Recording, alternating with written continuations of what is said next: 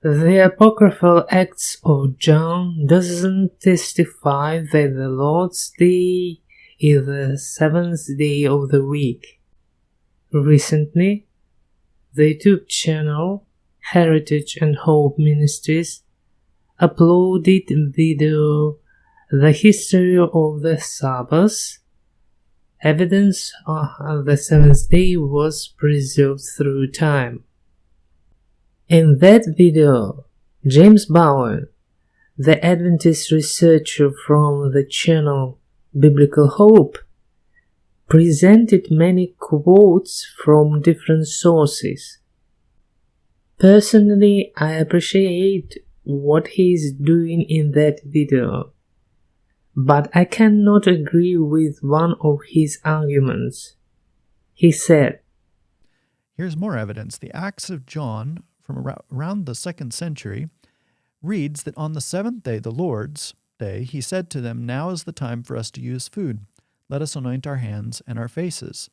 Early Christian evidence that the seventh day was the Lord's Day. So, James Bowen thinks that this quote proves that in the 2nd century, the seventh day of the week was called the Lord's Day. In my opinion, he mistakenly understands this quote. Let me substantiate my opinion.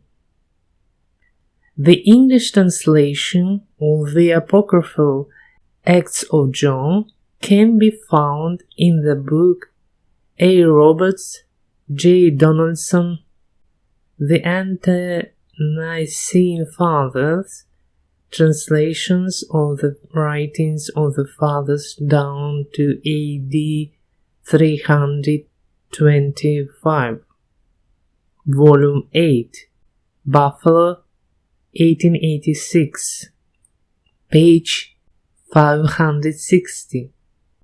Reading the above-mentioned quote in its proper context, I came to the conclusion that the phrase "the seventh day" refers not to the seventh day of the week, but to the seventh day of the journey of the Apostle John and of the Roman soldiers.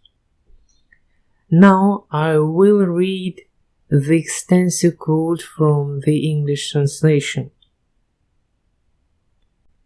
And the fame of the teaching of John was spread abroad in Rome, and it came to the ears of the mission that there was a certain Hebrew in Ephesus, John by name, who spread a report about the seat of empire of the Romans, saying that it would quickly be rooted out, and that the kingdom of the Romans would be given over to another. And Domitian, troubled by what was said, sent a centurion with soldiers to seize John and bring him. And having gone to Ephesus, they asked where John lived. And having come up to his gate, they found him standing before the door. And thinking that he was the porter, they inquired of him where John lived. And he answered and said, "I am he." And they, despising his common and low and poor appearance, were filled with threats and said, "Tell us the truth." And when he declared again that he was the man they sought, the neighbors moreover bearing witness to it, they said that he was to go with them at once to the king in Rome. And urging them to take provisions for the journey, he turned and took a few dates and straightway went forth. And the soldiers, having taken the public conveyances, travelled fast, having seated him in the midst of them. And when they came to the first change, it being the hour of breakfast, they entreated him to be of good courage, and to take bread, and eat with them. And John said, I rejoice in soul indeed, but in the meantime I do not wish to take any food. And they started, and were carried along quickly.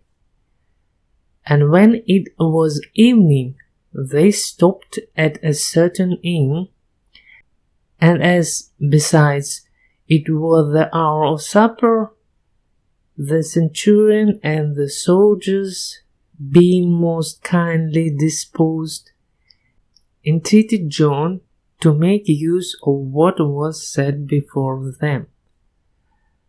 But he said that he was very tired, and in want of sleep more than any food. And as he did this each day, all the soldiers were struck with amazement, and were afraid lest John should die, and involve them in danger. But the Holy Spirit showed him to them as more cheerful. And on the seventh day, it being the Lord's day, he said to them, Now it is time for me also to partake of food.